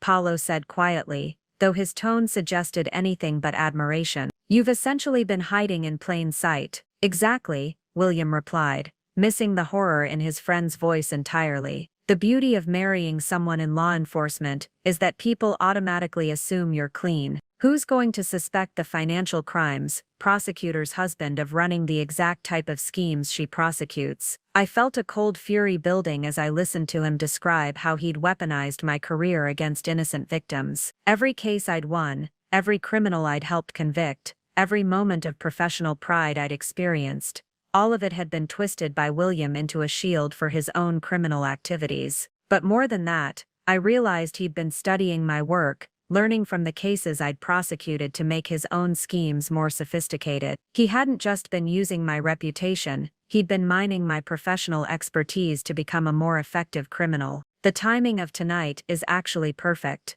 William said, glancing at his watch. "Because tomorrow morning, the largest transfer yet goes through. $12 million, moving from the Cayman account to a Swiss bank, then immediately converting to cryptocurrency for final distribution." He was describing a transaction that would happen within hours, providing federal agents with the perfect opportunity to catch him in the act of major money laundering. The timing was so perfect, it almost seemed scripted. $12 million in one transaction? I asked, keeping my voice steady despite the enormity of what he was describing. "The culmination of 3 years of careful planning," William replied proudly. "Once that money is converted and distributed, it becomes essentially untraceable. The perfect foundation for starting fresh, somewhere with more flexible banking regulations." Starting fresh, he was talking about fleeing the country with stolen money, abandoning our marriage, and leaving me to face whatever legal consequences his criminal activities might generate. The man who'd spent 8 years convincing me I couldn't survive without him was planning to disappear and leave me to clean up the wreckage of his crimes. As I sat there listening to William describe his escape plans with the casual confidence of someone who believed he'd thought of everything, I realized that his arrogance had created the perfect conditions for his own destruction. He was so convinced of my incompetence, so certain of his criminal genius, that he was providing federal agents with a detailed confession and a complete timeline for his final major crime. In less than 12 hours, when William attempted to execute that $12 million transfer, federal agents would be waiting. And the man who'd bet his friend $50 that I would cry over divorce papers would discover that the cost of underestimating me was considerably higher than he'd ever imagined. William glanced at his watch again, his expression shifting into what I recognized as his serious business mode. The casual confession phase of the evening was apparently over, and now he was preparing for what he clearly saw as the main event, my emotional destruction. "Well," he said, setting down his champagne glass with decisive finality, "I think it's time we get to the real reason Paulo's here tonight." Paulo looked like he wanted to disappear into the furniture. Whatever entertainment value he'd expected from this evening had clearly evaporated, as he'd listened to William casually confess to operating a $40 million criminal enterprise. But William seemed oblivious to his friend's discomfort, too focused on his own performance to notice that his audience was horrified rather than impressed. "Jennifer," William said, his voice taking on the formal tone he used for important pronouncements, "over the past few months, I've been doing a lot of thinking about our marriage, about our future, about what we both really want from life." I nodded encouragingly, maintaining the expression of attentive concern that I'd perfected over 8 years of these kinds of conversations.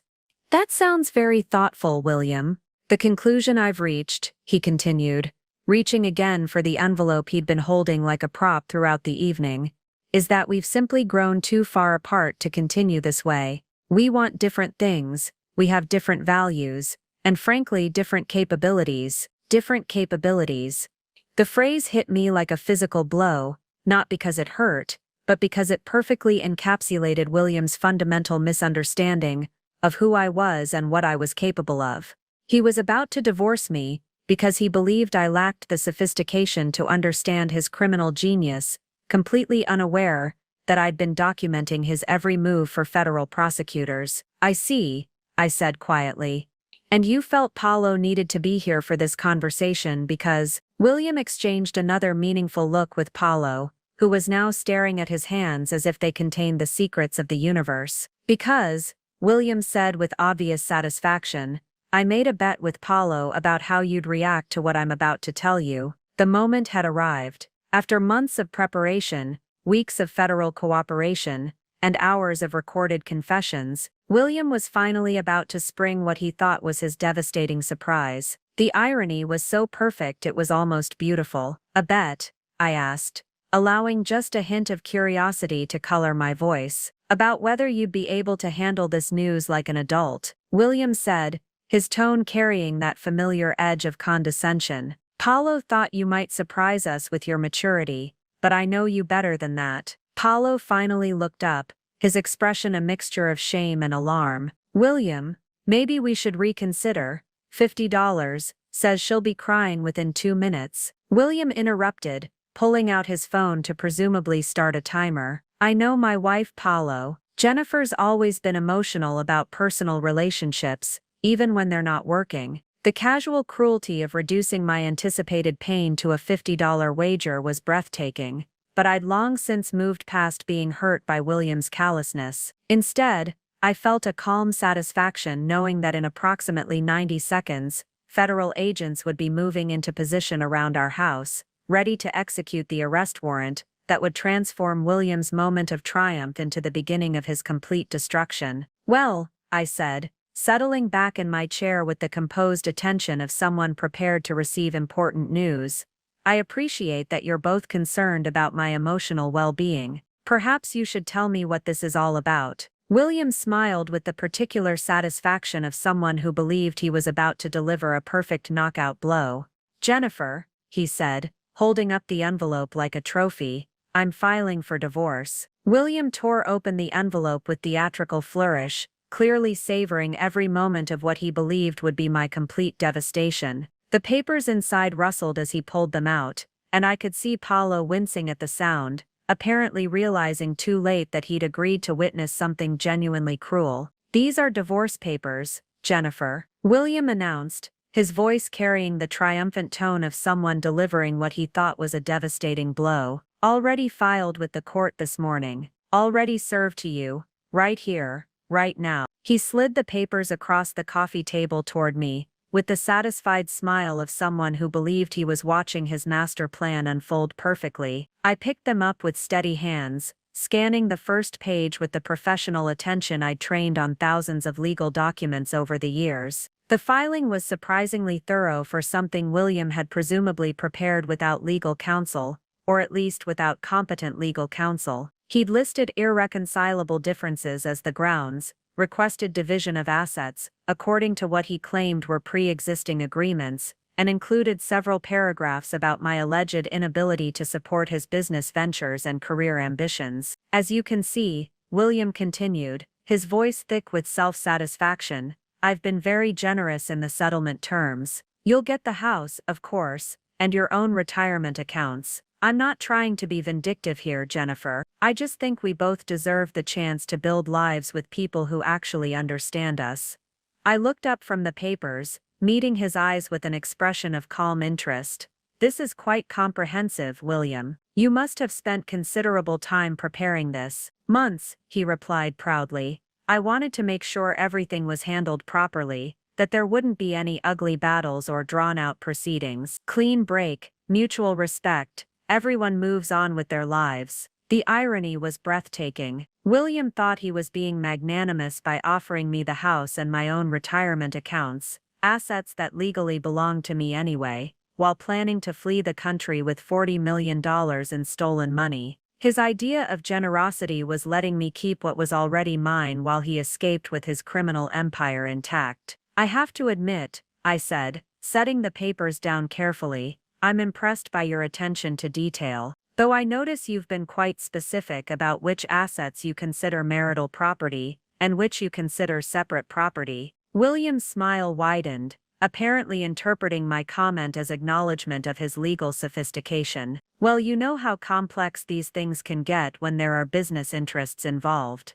I thought it was important to be very clear about what belongs to whom. Paulo shifted uncomfortably in his seat, clearly understanding the implications, even if William was too caught up in his own performance to realize how damning his words were. Every statement about separate assets was being recorded, creating evidence that would help federal prosecutors trace his hidden accounts and demonstrate his intent to defraud both creditors and his spouse.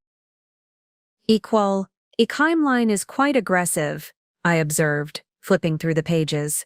It looks like you're requesting expedited proceedings. No point in dragging things out, William replied. Once we both acknowledge that the marriage is over, the practical details are just paperwork. I thought you'd appreciate efficiency, given your legal background. Efficiency. He was describing his plan to divorce me and flee the country before federal agents could freeze his assets as efficient case management.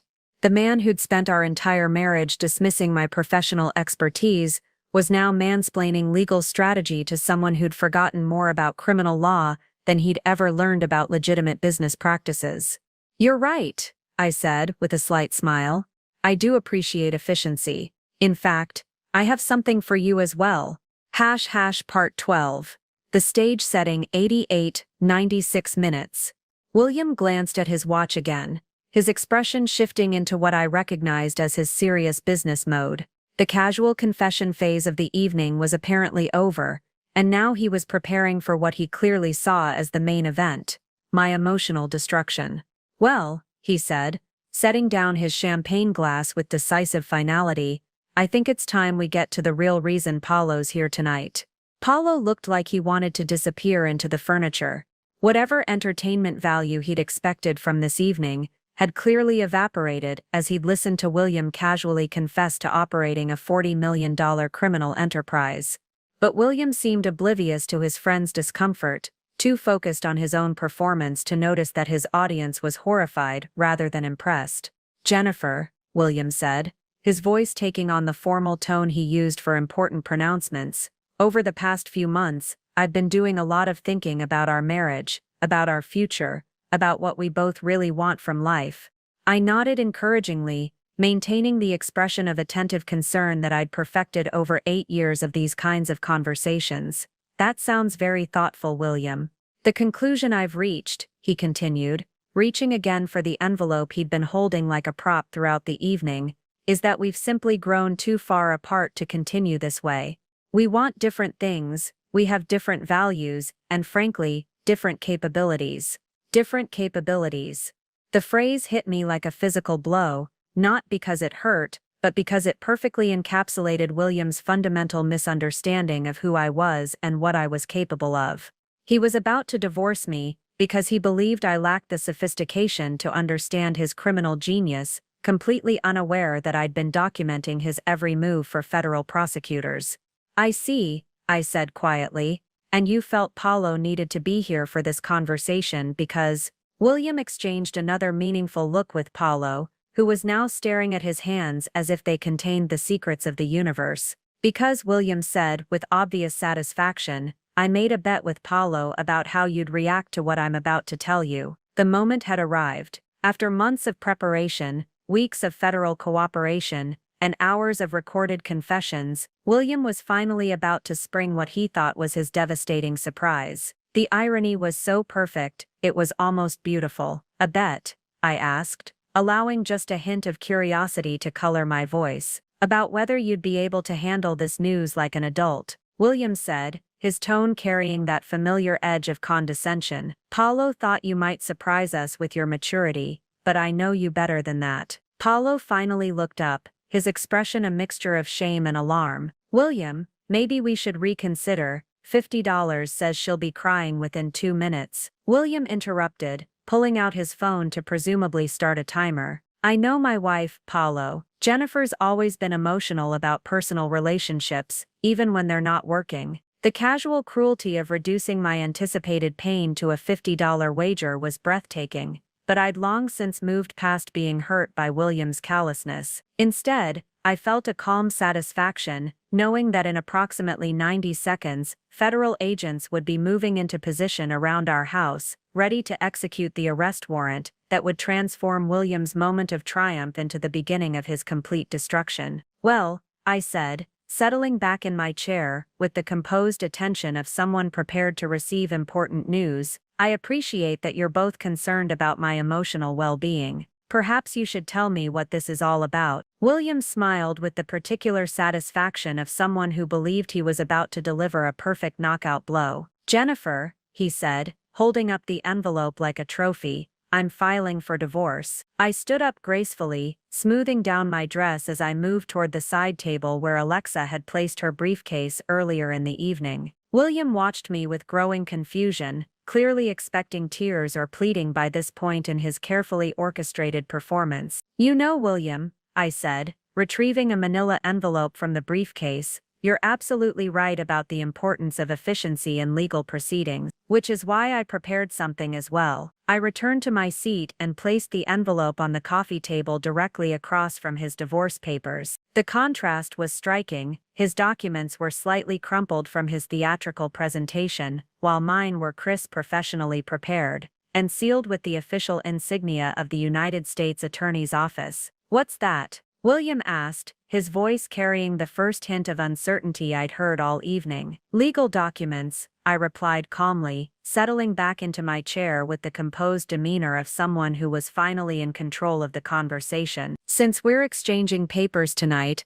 I thought you should see these." Paulo leaned forward slightly, his expression shifting from discomfort to alarm, as he noticed the federal seal on the envelope. "Jennifer, what exactly?" "It's a subpoena, Paulo," I said, my voice cutting through the suddenly tense atmosphere. "For William, federal charges, conspiracy to commit wire fraud, money laundering, racketeering, and a few other things that carry quite serious prison sentences." The silence that followed was deafening. William stared at the envelope as if it might explode, his face cycling through confusion, disbelief, and the first dawning recognition that something had gone terribly wrong with his master plan. "That's impossible," he said, finally, his voice barely above a whisper. You couldn't possibly understand sophisticated international financial structures," I finished, echoing his words from earlier in the evening. "You're right, William. I couldn't. Which is why I asked for help." I picked up the envelope and broke the seal with the same theatrical precision William had used with his divorce papers. The documents inside were thick, official, and devastating in their specificity. "Federal investigators have been building a case against your criminal enterprise for months," I continued, pulling out the subpoena and setting it where William could see it clearly. 18 offshore accounts, $40 million in stolen funds, fraudulent real estate transactions across 6 countries, and systematic money laundering operations designed to evade international law enforcement. William's face had gone white, all traces of his earlier confidence evaporating as he stared at the federal documents. "You've been cooperating with federal prosecutors." "Yes," I said simply. "It turns out that having a wife who specializes in financial crimes isn't the perfect cover you thought it was. It's actually the perfect trap." Paulo had gone completely silent, apparently realizing that his role in the evening had transformed from witness to William's triumph to witness to his complete destruction. The champagne he'd brought to celebrate my humiliation sat untouched on the table, a mockery of his expectations. "Every conversation we've had about your business ventures," I continued, my voice gaining strength as I finally revealed the truth I'd been hiding for months. "Every phone call you've taken in my presence, every document you've shown me, all of it recorded, all of it documented, all of it evidence in a federal criminal case." William tried to speak but no words came out. His mouth moved silently as he processed the magnitude of what I was telling him. The man who'd spent the evening boasting about his criminal genius, who'd explained his money laundering techniques in detail, who'd shown me banking applications and account balances, was beginning to understand that he'd confessed to everything on tape. "The timing is quite poetic, actually," I said, glancing at my watch, "because in approximately 3 minutes, federal agents are going to arrive at our front door with an arrest warrant. Your $12 million transfer was never going to happen, William. The accounts have been frozen, the assets seized, and your international banking contacts are cooperating with authorities." I leaned forward slightly, meeting his eyes with the calm confidence of someone who'd finally reclaimed her power. "You bet Paulo $50 that I'd cry when you served me divorce papers. But I'm not crying, William. I'm smiling." Part 12. The stage setting. William glanced at his watch again, his expression shifting into what I recognized as his serious business mode. The casual confession phase of the evening was apparently over, and now he was preparing for what he clearly saw as the main event, my emotional destruction. "Well," he said, setting down his champagne glass with decisive finality, "I think it's time we get to the real reason Paulo's here tonight." Paulo looked like he wanted to disappear into the furniture. Whatever entertainment value he'd expected from this evening had clearly evaporated as he'd listened to William casually confess to operating a $40 million criminal enterprise. But William seemed oblivious to his friend's discomfort, too focused on his own performance to notice that his audience was horrified rather than impressed. "Jennifer," William said, his voice taking on the formal tone he used for important pronouncements, "over the past few months I've been doing a lot of thinking about our marriage, about our future, about what we both really want from life." I nodded encouragingly, maintaining the expression of attentive concern that I'd perfected over 8 years of these kinds of conversations. "That sounds very thoughtful, William. The conclusion I've reached," he continued, reaching again for the envelope he'd been holding like a prop throughout the evening, "is that we've simply grown too far apart to continue this way. We want different things, we have different values, and frankly different capabilities." Different capabilities. The phrase hit me like a physical blow, not because it hurt, but because it perfectly encapsulated William's fundamental misunderstanding of who I was and what I was capable of. He was about to divorce me because he believed I lacked the sophistication to understand his criminal genius, completely unaware that I'd been documenting his every move for federal prosecutors. "I see," I said quietly. "And you felt Paulo needed to be here for this conversation because..." William exchanged another meaningful look with Paulo, who was now staring at his hands as if they contained the secrets of the universe. "Because," William said with obvious satisfaction, "I made a bet with Paulo about how you'd react to what I'm about to tell you." The moment had arrived. After months of preparation, weeks of federal cooperation, and hours of recorded confessions, William was finally about to spring what he thought was his devastating surprise. The irony was so perfect it was almost beautiful. "A bet?" I asked, allowing just a hint of curiosity to color my voice. "About whether you'd be able to handle this news like an adult," William said, his tone carrying that familiar edge of condescension. "Paulo thought you might surprise us with your maturity, but I know you better than that." Paulo finally looked up, his expression a mixture of shame and alarm. "William, maybe we should reconsider. $50 says she'll be crying within 2 minutes." William interrupted, pulling out his phone to presumably start a timer. "I know my wife Paulo. Jennifer's always been emotional about personal relationships, even when they're not working. The casual cruelty of reducing my anticipated pain to a $50 wager was breathtaking, but I'd long since moved past being hurt by William's callousness. Instead, I felt a calm satisfaction, knowing that in approximately 90 seconds, federal agents would be moving into position around our house, ready to execute the arrest warrant that would transform William's moment of triumph into the beginning of his complete destruction. "Well," I said, settling back in my chair with the composed attention of someone prepared to receive important news, "I appreciate that you're both concerned about my emotional well-being. Perhaps you should tell me what this is all about." William smiled with the particular satisfaction of someone who believed he was about to deliver a perfect knockout blow. "Jennifer," he said, holding up the envelope like a trophy, "I'm filing for divorce." The sound of car doors slamming in our driveway broke the stunned silence that had settled over the living room. William's head snapped toward the window, his face a mask of disbelief and growing panic as the reality of his situation finally penetrated his shock. "That's them," I said quietly, standing up as heavy footsteps approached our front door, right on schedule. The knock that followed was authoritative, unmistakable, the sound of federal agents executing an arrest warrant. Through the window, I could see the distinctive Navy windbreakers with FBI emblazoned across the back, the coordinated movement of a team that had done this countless times before. "William Hobbs," came the voice from outside, amplified and official, "federal agents. We have a warrant for your arrest." Paulo had gone completely pale, pressing himself back into his chair as if he could somehow disappear from the scene entirely. William remained frozen, staring at the subpoena in his lap like it might transform into something less damning if he looked at it long enough. "You should answer the door, William," I said calmly, straightening my dress. "They're not going away, and breaking down the door would be so dramatic." William finally looked at me, and for the first time in our 8-year marriage, I saw him see me clearly, not as the naive wife he could manipulate and control, but as the formidable adversary I'd always been capable of becoming. "You planned this," he whispered, his voice hoarse with shock. "All of it. You knew exactly what I was going to do tonight."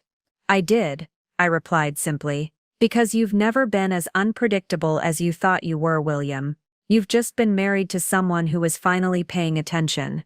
The knocking came again, more insistent this time. Through the window, I could see Agent Dominic positioning himself by the back door, while other agents took positions around the house. This was a professional operation, planned with the same precision William had thought he was bringing to my emotional destruction. "The bet's off, by the way," I added, glancing at Paulo's horrified expression. "I don't think anyone's going to be paying up tonight." William stood up slowly, his movements mechanical, like a man walking to his own execution, which in a very real sense, he was. The criminal empire he'd spent years building was collapsing around him, and the wife he'd planned to humiliate was watching his destruction with the calm satisfaction of someone who'd orchestrated every moment of his downfall. As he walked toward the front door, I felt something I hadn't experienced in years, the profound peace that comes from finally completely being underestimated for the last time. Part 12. The stage setting, 88-96 minutes.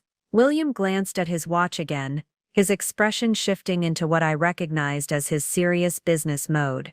The casual confession phase of the evening was apparently over, and now he was preparing for what he clearly saw as the main event, my emotional destruction. "Well," he said, setting down his champagne glass with decisive finality, "I think it's time we get to the real reason Paulo's here tonight." Paulo looked like he wanted to disappear into the furniture. Whatever entertainment value he'd expected from this evening had clearly evaporated as he'd listened to William casually confess to operating a $40 million criminal enterprise. But William seemed oblivious to his friend's discomfort, too focused on his own performance to notice that his audience was horrified rather than impressed. Jennifer, William said, his voice taking on the formal tone he used for important pronouncements, over the past few months, I've been doing a lot of thinking about our marriage, about our future, about what we both really want from life. I nodded encouragingly, maintaining the expression of attentive concern that I'd perfected over 8 years of these kinds of conversations. That sounds very thoughtful, William. The conclusion I've reached, he continued, reaching again for the envelope he'd been holding like a prop throughout the evening, is that we've simply grown too far apart to continue this way. We want different things, we have different values, and frankly different capabilities. Different capabilities.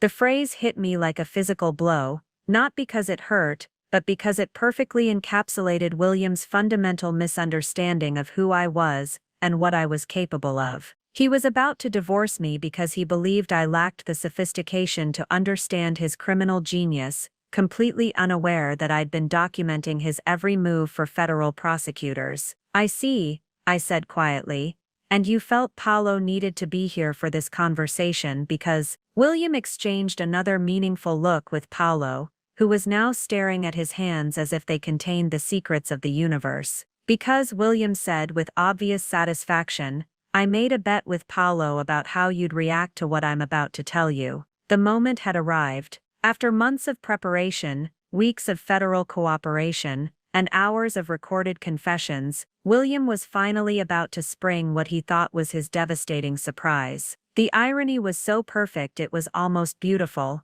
A bet, I asked, allowing just a hint of curiosity to color my voice. About whether you'd be able to handle this news like an adult, William said, his tone carrying that familiar edge of condescension. Paolo thought you might surprise us with your maturity, but I know you better than that. Paolo finally looked up, his expression a mixture of shame and alarm. William, maybe we should reconsider. $50 says she'll be crying within 2 minutes, William interrupted, pulling out his phone to presumably start a timer. I know my wife, Paolo. Jennifer's always been emotional about personal relationships, even when they're not working. The casual cruelty of reducing my anticipated pain to a $50 wager was breathtaking, but I'd long since moved past being hurt by William's callousness. Instead, I felt a calm satisfaction knowing that, in approximately 90 seconds, federal agents would be moving into position around our house, ready to execute the arrest warrant that would transform William's moment of triumph into the beginning of his complete destruction. Well, I said, settling back in my chair with the composed attention of someone prepared to receive important news, I appreciate that you're both concerned about my emotional well-being. Perhaps you should tell me what this is all about. William smiled with the particular satisfaction of someone who believed he was about to deliver a perfect knockout blow. Jennifer, he said, holding up the envelope like a trophy, I'm filing for divorce. William opened the front door with the resigned movements of a man who understood his life was effectively over. Agent Dominic stepped forward, his badge gleaming under our porch light, flanked by 3 other federal agents whose professional demeanor made it clear this wasn't their first high-profile arrest. William Hobbs, you're under arrest for conspiracy to commit wire fraud, money laundering, racketeering, and conspiracy to defraud the United States, Dominic announced, his voice carrying the weight of federal authority. You have the right to remain silent. I watched from the living room as the Miranda rights I'd heard delivered countless times in my professional life were read to my husband. The irony wasn't lost on me. The woman who dedicated her career to putting financial criminals behind bars had been living with one for 8 years, and now that same expertise was ensuring his conviction. Paolo remained paralyzed in his chair, apparently trying to process how an evening that was supposed to end with my tears had transformed into a federal arrest. The champagne he'd brought sat mockingly on the coffee table, a testament to how thoroughly their expectations had been shattered. Mrs. Hobbs, Agent Dominic called from the doorway as William was led toward the waiting vehicles, his hands cuffed behind his back. We'll need you to come in tomorrow for a final debriefing. The prosecutor wants to review the evening's recordings and discuss your testimony for the grand jury. Of course, I replied, my voice steady. I'll be there first thing in the morning. As the federal convoy disappeared into the night, taking William to what would likely be his first night in federal custody, I found myself alone with Paulo in the suddenly quiet house. He sat staring at the subpoena I'd left on the coffee table, apparently trying to understand how completely he'd misjudged the evening's participants. "You recorded everything," he said finally, his voice barely above a whisper. "Everything he said tonight about the accounts, the transfers." He trailed off, the full implications hitting him. "Every word," I confirmed, including his detailed confession about operating a $40 million criminal enterprise and his plans to flee the country with stolen money. Paulo looked up at me with something approaching horror. "He bet me $50 that you'd cry." I smiled, feeling lighter than I had in years. The most expensive bet he ever made, as it turns out. William always did underestimate the cost of his arrogance. The man who'd spent years convincing me I was weak, naive, and dependent had just learned that the wife he'd systematically underestimated had been building the case that would destroy him. His bet about my tears had cost him his freedom, his fortune, and his future. Part 12.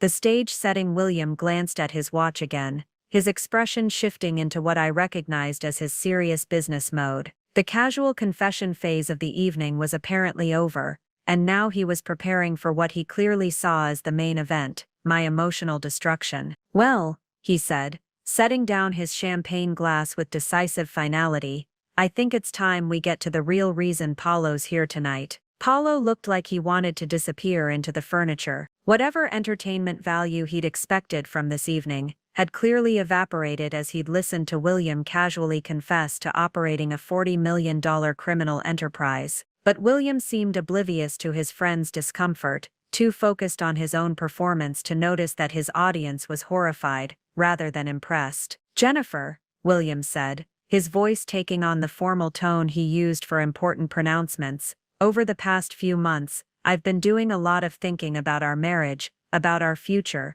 about what we both really want from life." I nodded encouragingly, maintaining the expression of attentive concern that I'd perfected over 8 years of these kinds of conversations. "That sounds very thoughtful, William. The conclusion I've reached," he continued, reaching again for the envelope he'd been holding like a prop throughout the evening, "is that we've simply grown too far apart to continue this way. We want different things, we have different values, and frankly different capabilities." Different capabilities. The phrase hit me like a physical blow, not because it hurt, but because it perfectly encapsulated William's fundamental misunderstanding of who I was and what I was capable of. He was about to divorce me because he believed I lacked the sophistication to understand his criminal genius, completely unaware that I'd been documenting his every move for federal prosecutors. "I see," I said quietly. "And you felt Paulo needed to be here for this conversation because..." William exchanged another meaningful look with Paulo, who was now staring at his hands as if they contained the secrets of the universe. "Because," William said with obvious satisfaction, "I made a bet with Paulo about how you'd react to what I'm about to tell you." The moment had arrived. After months of preparation, weeks of federal cooperation, and hours of recorded confessions, William was finally about to spring what he thought was his devastating surprise. The irony was so perfect it was almost beautiful. "A bet?" I asked, allowing just a hint of curiosity to color my voice. "About whether you'd be able to handle this news like an adult," William said, his tone carrying that familiar edge of condescension. "Paulo thought you might surprise us with your maturity, but I know you better than that." Paulo finally looked up, his expression a mixture of shame and alarm. "William, maybe we should reconsider. $50 says she'll be crying within 2 minutes. William interrupted, pulling out his phone to presumably start a timer. "I know my wife Paulo. Jennifer's always been emotional about personal relationships, even when they're not working." The casual cruelty of reducing my anticipated pain to a $50 wager was breathtaking, but I'd long since moved past being hurt by William's callousness. Instead, I felt a calm satisfaction, knowing that in approximately 90 seconds, federal agents would be moving into position around our house, ready to execute the arrest warrant that would transform William's moment of triumph into the beginning of his complete destruction. "Well," I said, settling back in my chair with the composed attention of someone prepared to receive important news, "I appreciate that you're both concerned about my emotional well-being. Perhaps you should tell me what this is all about." William smiled with the particular satisfaction of someone who believed he was about to deliver a perfect knockout blow. "Jennifer," he said, holding up the envelope like a trophy, "I'm filing for divorce." 6 months later, I stood in the marble lobby of the federal courthouse, wearing the same navy blue dress I'd chosen for William's arrest. Today was sentencing day, and the media attention was intense.